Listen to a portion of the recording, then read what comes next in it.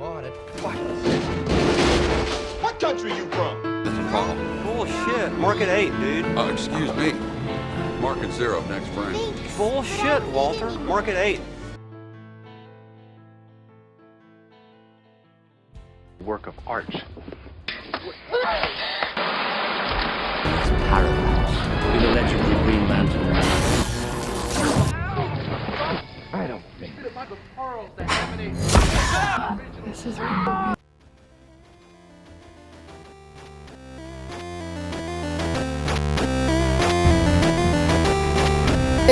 It makes Street Fighter look like My Little Pony. You know,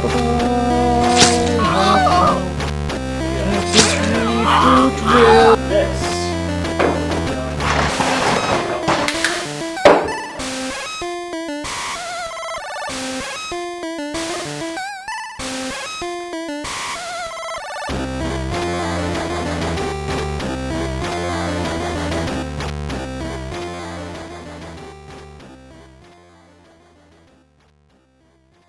Hello, I'm the 8-Bit Tie Guy. Now, with the release of the Mortal Kombat X game, I decided it might be fun to review the title in other forms of media. This round we're going with Mortal Kombat, the movie.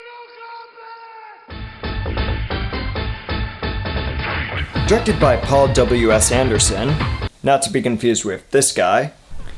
One of W.S.'s earliest movies of the 90s, this movie has plenty of flaws, but it's not as bad as its sequel, or, as others would say, it's not as bad as Street Fighter or Mario Bros.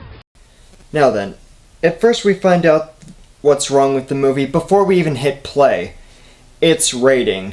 PG-13. Seriously, PG-13 for this movie? You make perhaps the most epically brutal game in the world's movie. PG-13. The game is perhaps the most blood-spewingest, gut-pullingest thing in the arcade. It makes Street Fighter look like My Little Pony. You know, before it was decent. I mean, look at this shit.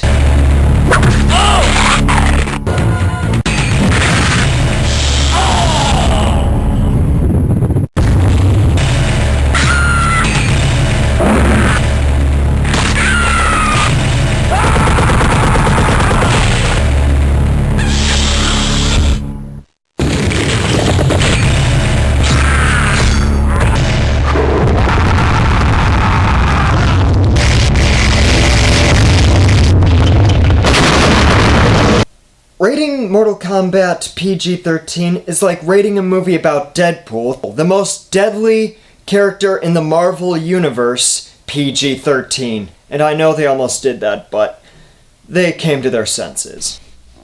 However, it makes sense to give this Mortal Kombat the rating, given there is little to no real gore or blood in this violence-themed movie. But never mind, let's look into what else is messed up with this movie. We start off with the epic music that went on to be the go-to song for laser tag and most fighting events. Now then, let's move on to the main villain of the movie, beating up a kid and pretty much killing him before turning into a freakish skeleton jump scare, waking up the main hero, Liu Kang. Okay, let's move on to the next person. We then turn to Sonya Blade, who is hunting down Kano. He is talking with the guy we saw beating the shit out of a kid in Liu Kang's dream, and we find out his name is Shang Tsung. Why Sonya is after Kano is because he killed her unnamed partner and wants revenge. If so much as touch your Kano, you're going to need a seeing eye, doll. Isn't that supposed to be some sort of robotic eye or something that he can see through, like Terminator? Whatever. We then move on to the third guy we're supposed to care about, Johnny Cage, who argues with Spielberg, not the real one, but according to IMDb, he actually wanted to play the role, but couldn't due to schedule conflicts. Looks close enough, though. Johnny is told by disguised Shang Tsung that the best way to prove he isn't a fake is to participate in the Great Tournament. And I can help you prove it. Prove it. How? A tournament. The tournament. It's held once a generation. What's so special about this asshole? You might as well have contacted You know what? Let's see how that would have worked out. I could totally do that. Hello, you've reached Nicolas Cage. Who, may I ask, is calling? Oh, alright, so, quick question. Are you the guy from Panda Express whose car I keyed? Oh good, that guy mixed up my order and he was an asshole. Well, what do you want, Mr. Shang Tsung? Oh, so it's some sort of fight to the death tournament of all humanity. Well, it doesn't sound like anything I've never done before, so fuck yes! You've got yourself a participant, Mr. Shang Tsung. That I can do. And you better know that Nick Cage is gonna win that thing. Johnny, clear out my schedule. I have a world to save. No, it's not a movie, though it might as well be. 'Cause I'm in it, and I'm Nick motherfucking Cage. Fuck yeah. Finally, we check back with Liu Kang, who is at the ancient Temple of Light, talking with the monks about why he should be the one to represent the good team. Oh yes, I forgot. We're fighting for the fate of the world! Really? You forgot a small little detail like that? Isn't this supposed to be where you're from, your whole religion? The hell! Oh, it's just the end of the world sort of thing. No biggie. Enter the Highlander, Raiden, god of thunder and lightning. No, not that one. Nope, try again. There we go. He is to be the wise mentor of the good team later on, but for now he taunts Liu, who thinks he's just a simple beggar, giving him a lesson in humility and or humiliation. Spare him, my lord Raiden. American life has enfeebled his mind. Too much television. Really? Liu leaves for the boat to the tournament saying, "Screw you guys," and we move on to the docks where everyone is gathering for a ride to the tournament. Johnny tries to pay Liu to carry his stuff with a disappointing outcome.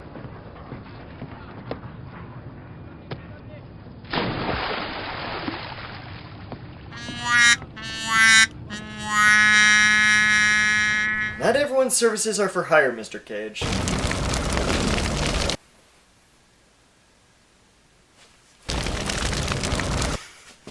Okay. The Dragon Ghost ship appears and everyone gets on for a ride to Tournament Island. But on the way there, we meet the two icons of the series. Hell to the fuck yeah! Wait, what? Put slaves under my power. Elder gods damn it! Sub-Zero, who won't let it go. Move aside. That was pretty cool. Not yet, buddy. And Scorpio, dear god, what the hell is that? What's with the hand china and what the fuck is that thing?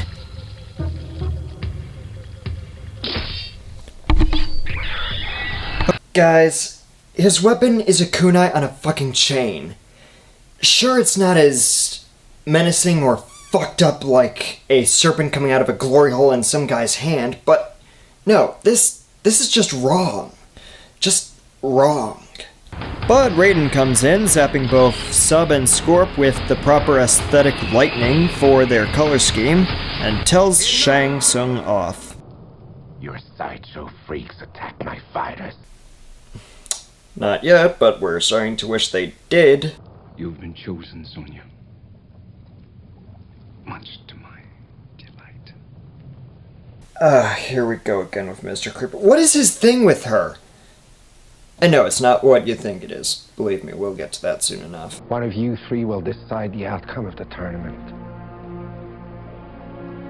That's right, Raiden, and you, people at home, get to guess who is it going to be? Will it be the actor, the agent, or the Asian guy of some sort of score to settle and some sort of destiny thing going on? Place your votes now. The number at the bottom of the screen is when you call 1-800-FATALITY. Call now. We'll get back to this near the end of the movie. They make it to Tournament Island, where Johnny Cage makes a real splash.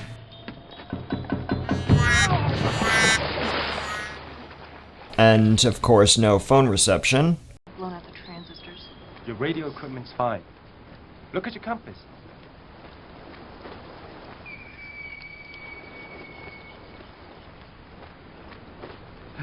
Where the hell are we? Do I look like your travel agent? Ironically, yes. Hawaii wasn't as good as you made it out to be. The trio make it to the top, where Lou first sees his future love interest, the mysterious Princess Kitana. The group moves along without saying a word to the nice lady, and Shang tells the freakish CG beast to watch out for her and to keep her away from the humans. You'll find the irony later. There's a grand feast to welcome the fighters to the tournament and drop the name of Prince Goro. before tossing the food to the floor like some wasteful assholes. That stuff looked fucking awesome.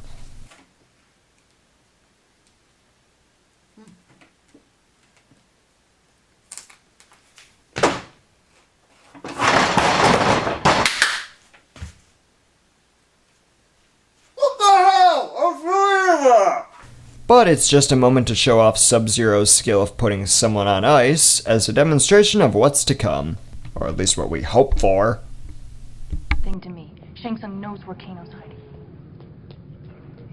You know, you gotta admire her. When she sets her mind on something. Johnny, it's not... It's not her mind you're admiring. Oh, thanks, Lou. It's true. At least he admits it. The group sneak off to find Kano and find him talking with Goro Foro about, I don't know, some backstory crap. Doesn't relate to much anyway. Goro knows the trio is there, right? He saw them leave the hall and roared as they entered the place. Right? Fuck it. I'm trying to make sense of another pointless thing. Shang comes in and says, play it. But remember, she's not to be harmed, only humiliated. I have plans for my beautiful Sonya. You see what I mean by creepy obsession? Plus, you're a sorcerer. Mind control bullshit is your thing. If you want, you could just make the bitch yours and be done with it. But I know it's not really his reason, but his reason doesn't justify this amount of creepiness. Whatever, let's move on.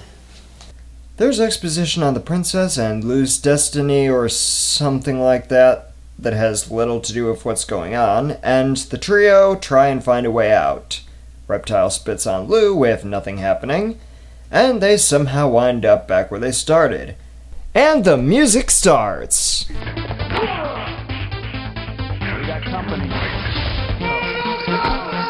Cue the random fight scene with nameless faceless background guys!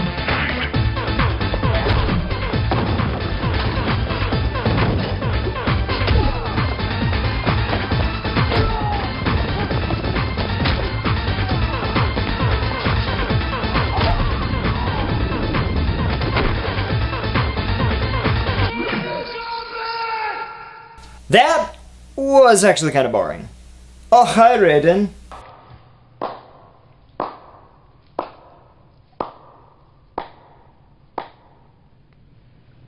Brilliant. I don't think so. Oh hell, is Raiden about to bring the thunder? Is he gonna fry some bitches with lightning?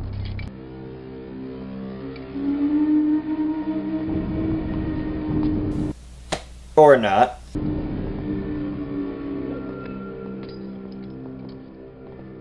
You guys are lucky he stopped us. Was that really Johnny Cage? Your movies suck, asshole! Let Mortal Kombat begin! Okay, now the tournament starts, and we have Liu Kang versus some Jamaican guy? Who the fuck is this? He's not on the selection menu. Who the fuck is this human, and why is he fighting against Earth? I'm sorry, but he looks like a normal human. Is he another one of Shang Tsung's slaves or something? Well, apparently he is now. Fatality. What? No! Finish him! And doesn't it have to be your battle for you to do some bullshit like that? I don't get it. The next fight is between Sonya Blade and... Wait, what did Shang say? Sonya Blade. I have something for you, my dear. Not gonna do it. On the contrary. Not doing it. I have something you want very much. Please. Stop. You can thank me later. Oh, fuck it. Oh my. But it turns out the thing he had for her wasn't in his pants, but a fight with Kano. The one she came all the way out here for. Ooh, now look at this. Oh, now they use weapons? Finally! Let's get some blood up in here. Or not, and the knife goes bye-bye. What's with that face? Hit it again. Oh my. Sonya kills Kano and we move on to Scorpangina and Johnny Cage in the woods. Pay no attention to the lack of audience or Shang Tsung in the area. We hear the awesome as always, Get over here! line, but the Hangina creature is just too fucking ridiculous. It goes right past Johnny and randomly appears over him, chases after him, somehow gets itself stuck, is called back and sent after him again just to get mashed into a tree. Another reason why a metal kunai would have worked so much better. Johnny does his famous shadow kick, or whatever it's called, right as Scorpion is teleporting them to the Netherrealm, or close enough to it. They have a fight that looks better than most of the others by comparison, and Scorpion does his famous fatality, the fire-breathing skull. But by the magic of the plot, Johnny is able to pull out a bladed shield and spear and kill Scorpion, giving us the most blood and gore of the whole damn movie. Scorpion explodes, and Johnny somehow leaves this place after dropping an autographed picture of himself. Oh god, this guy really is the Nicolas Cage of this universe. Next up is Liu Kang versus... Oh, what the fuck? What happened to the... Watch her carefully, Reptile. Keep her away from these humans. She must not be allowed to join with the forces from the realm of Earth, especially Liu Kang. Thing. Sonya, what's your take on this? Bullshit. To win your next match, use the element which brings life. Whiskey? Yeah, close enough. You disappoint me. Are you really that surprised? You're the one who didn't want her interacting with these humans, yet here she is without her bladed cut-em-up fans, interacting with the one human you put her up against in the tournament. You're supposed to be in control of this bullshit. But his opponent is then replaced by the badass cryokinetic ninja Sub-Zero, who for the sake of the plot exchanged his awesome instant freeze ability we saw before with a look at my dick charging barrier thing, and then he dies by the liquid variation of his own element? Bullshit! We should have a lucicle or tiny bits of Kang all over the place. Not this energy field build-up nonsense. Whatever, both ninjas get death by irony. Is it time? Yes. Oh, it's Goro time! The awesome four-armed giant starts dropping bodies, but sadly it stays PG. Which is kinda boring, and makes you think, yeah, those guys aren't really dead. But Goro can still be awesome on screen. Can you dig it? Goro fights the guy we barely know anything about, or care about, and is told to finish him. Alright, time for Goro's fatality. He could either crush the guy's head like a melon, tear his arms off and beat him with them, tear off 3 of his limbs and beat him with them, or he could just karate chop his shoulder blade. That works too, I guess. Fuck you, PG. Another soul taken by Shang Tsung, even though he didn't even fight.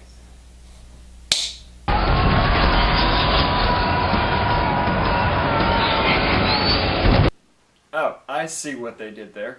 Eyes are the windows to the soul. Get it? Not the face, not the face! Oh! Okay. I deserve that. Cut to commercial.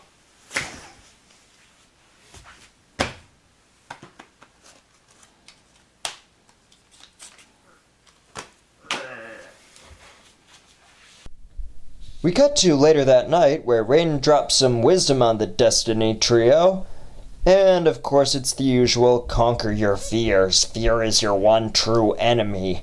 It's the only thing that can destroy you. Thing. You must first face your fears, if you are to conquer them. Close enough. Johnny decides to challenge Goro for the next round, not by going to the four-armed badass, but instead to Shang. The two make a deal where Johnny fights Goro, and Shang gets to challenge someone of his choosing. As the leader of this shindig, don't you already have the right to choose and fight whoever you want? You don't need a deal with one of the good team members in order to challenge or fight somebody. Will Shang Tsung fight in the tournament? If he chooses to. As a former champion, he has the right to do so. Thank you, Raiden. Thank you for clearing that up.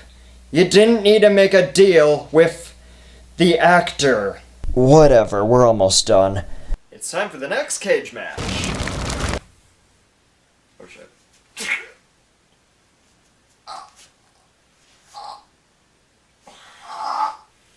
Okay, I'll stop. I'll stop. Good. You better.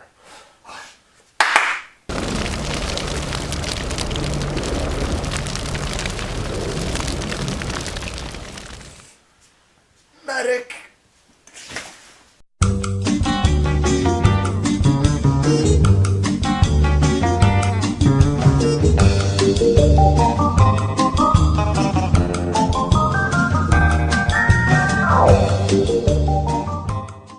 Goro versus Johnny.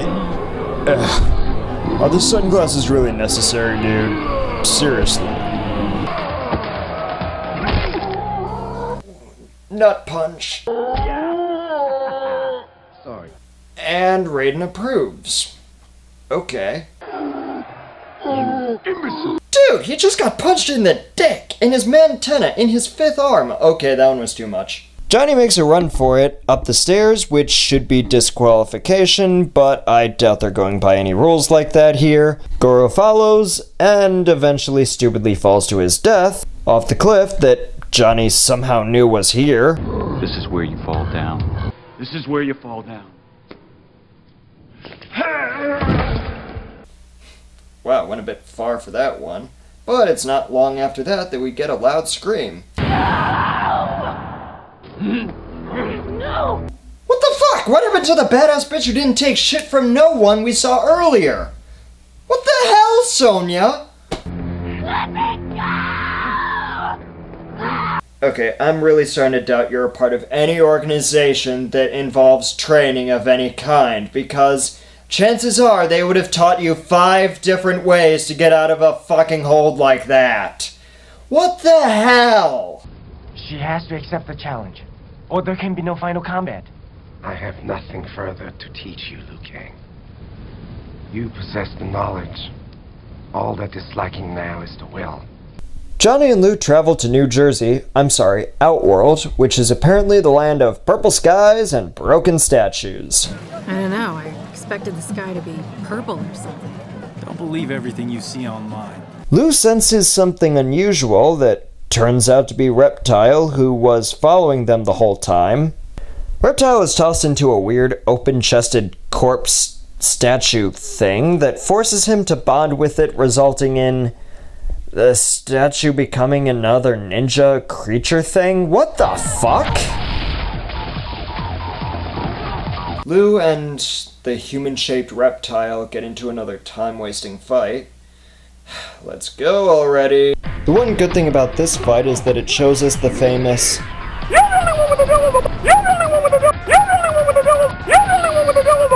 kick. Katana then appears and leads Liu and Johnny to the castle Sonya is being held at, with some exposition that's not too far off from the game. My father was the rightful ruler of Outworld. The Emperor entered the realm, killed my parents, and adopted me. In the Black Tower, you will face 3 challenges. Which you will face off screen. So this was kind of pointless.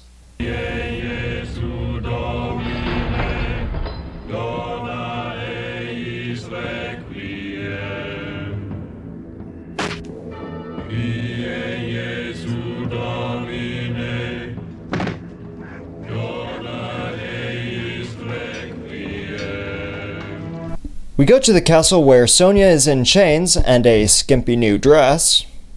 For some reason. I will not fight you, Shang Tsung. Given your situation, I don't think fighting is what he has in mind. It does start with an F though. If you don't fight, the Realm of Earth will forfeit the tournament.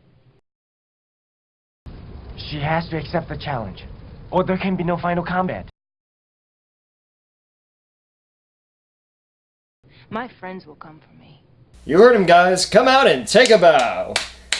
Or stay in those stupid robes. We know it's you. Go to hell. We're already there, hon. Take her away. To my special chambers. My. Oh my. Will the real Johnny Cage please stand up? Please stand up. Please stand up. Will the real Johnny Cage please stand up?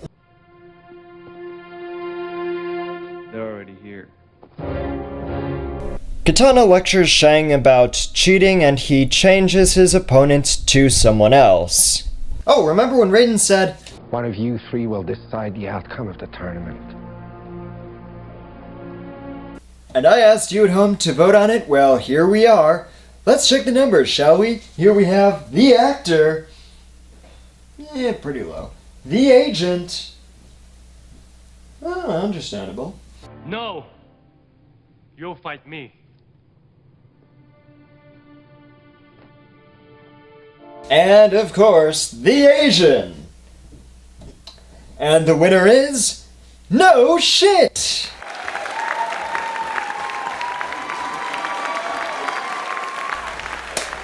Here we have the final battle. The destined world-saving battle to the death. The epic music playing, the combatants engaged, Liu knocks Shang to the ground, and Shang takes perfect kick-me-in-the-face time to summon a few random fighters that easily get knocked out by Liu by going one at a time.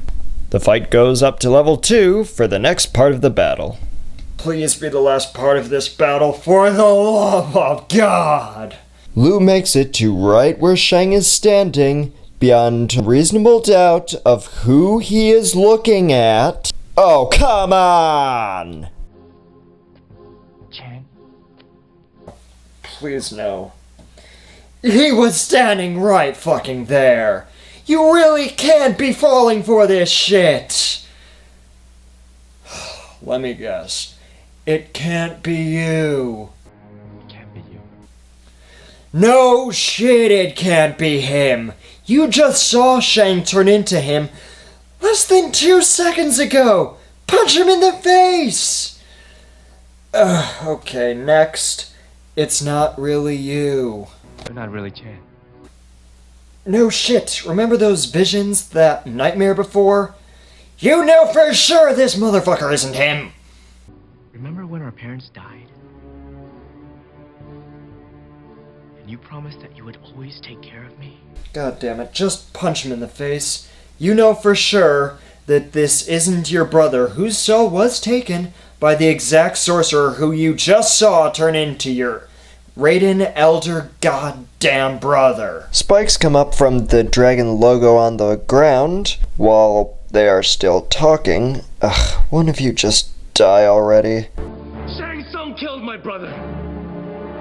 Yay! Closure! Oh wait, we already knew that! The two get into the last fight scene of the movie when Liu says something that makes me just that much more sick of this flick. I am the chosen one. Okay. That was close. Almost lost it there. All those souls and you still don't have one of your own. I pity you, sorcerer. That barely redeems you for that last line. Can we get some Holy Chosen One lighting up in here? Thank you! Liu double chi blast punches Shang onto the spikes on the ground, finally killing him. Flawless victory.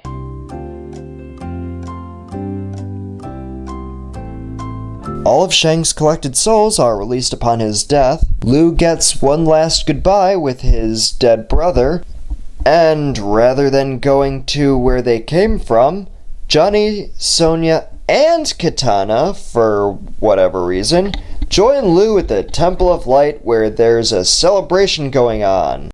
But whatever, it's finally done. The bad guy's dead, everyone's happy, group hugs all around, and then we get this short little thing with the Emperor that didn't need to be added. I don't think so.